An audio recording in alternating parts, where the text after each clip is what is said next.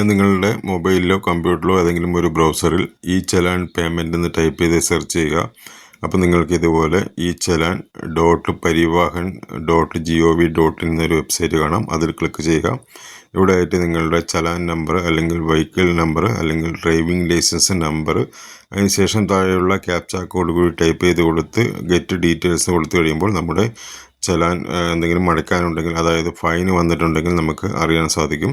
ഞാനിവിടെ vehicle number select ചെയ്ത് കൊടുത്ത് വെഹിക്കിൾ നമ്പർ ടൈപ്പ് ചെയ്ത് കൊടുത്ത് അതുപോലെ താഴെയുള്ള ക്യാപ്ച കോഡ് കൂടി ടൈപ്പ് ചെയ്ത് കൊടുത്താണ് ഈ ചലാൻ ഡീറ്റെയിൽസ് ചെക്ക് ചെയ്യുന്നത്.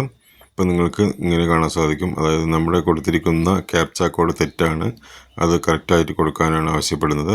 വീണ്ടും ഒന്നുകൂടി ക്യാപ്ച കോഡ് കറക്റ്റായിട്ട് ടൈപ്പ് ചെയ്ത് കൊടുക്കുക. അതിനുശേഷം താഴെയുള്ള ഗെറ്റ് ഡീറ്റെയിൽസ് എന്നുള്ള ഭാഗം ക്ലിക്ക് ചെയ്യുക. അപ്പോൾ ഞാനിവിടെ ഗെറ്റ് ഡീറ്റെയിൽസ് കൊടുക്കുകയാണ്. ഇപ്പോൾ നമ്മുടെ വാഹനത്തിന് ഒരു ഫൈനും ഇല്ല എന്നുള്ളതാണ് കാണിക്കുന്നത്. ഞാനിവിടെ വേറൊരു നമ്പർ, രജിസ്ട്രേഷൻ നമ്പർ ടൈപ്പ് ചെയ്യുകയാണ്. അതിനുശേഷം നമുക്ക് ചെക്ക് ചെയ്യാം. ശേഷം ഗെറ്റ് ഡീറ്റെയിൽസ് എന്നുള്ള ഭാഗം ക്ലിക്ക് ചെയ്യുക. ഇപ്പോൾ നിങ്ങൾക്ക് കാണാൻ സാധിക്കും ഈ വാഹനത്തിന് ഫൈനുണ്ട്, 3 ഫൈനാണ് ഉള്ളത്. ഇങ്ങനെ കാണുന്നുണ്ടെങ്കിൽ നിങ്ങളുടെ വാഹനത്തിന് ഫൈനുണ്ട്. ഇതിൽ ഓരോ ഡേറ്റും അതുപോലെ ഏത് കാര്യത്തിന് വേണ്ടിയിട്ടാണ് നമ്മൾ ഫൈന് വന്നിരിക്കുന്നത് എന്നുള്ള കാര്യങ്ങളൊക്കെ കാണാൻ സാധിക്കും.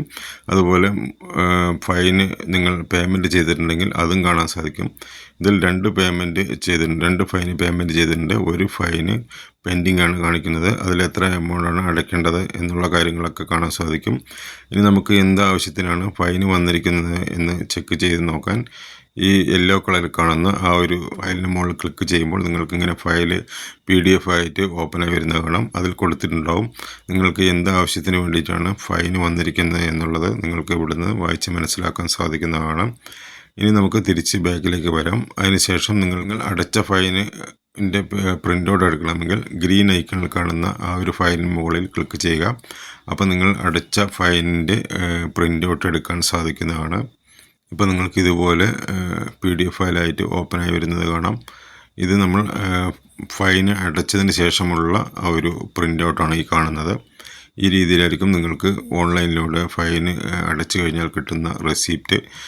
ഈ വാഹനത്തിൽ ഒരു ഫൈനാണ് ഇനി അടയ്ക്കാൻ ബാക്കിയുള്ളത്. അത് അടയ്ക്കണമെങ്കിൽ പേ നൗ എന്നുള്ള ഭാഗം ക്ലിക്ക് ചെയ്ത് കഴിഞ്ഞാൽ നിങ്ങൾക്ക് ഇങ്ങനെ ഒരു ബോക്സ് ഓപ്പണായി വരും. ഇവിടെ മൊബൈൽ നമ്പർ ടൈപ്പ് ചെയ്ത് കൊടുത്ത് സെൻഡ് OTP കൊടുക്കുമ്പോൾ ആ ഒരു മൊബൈൽ നമ്പറിലേക്ക് ഒരു OTP പോകുന്നതാണ്. ആ OTP ടൈപ്പ് ചെയ്ത് കൊടുത്ത് പേയ്മെൻറ്റ് ചെയ്യാൻ സാധിക്കുന്നതാണ്.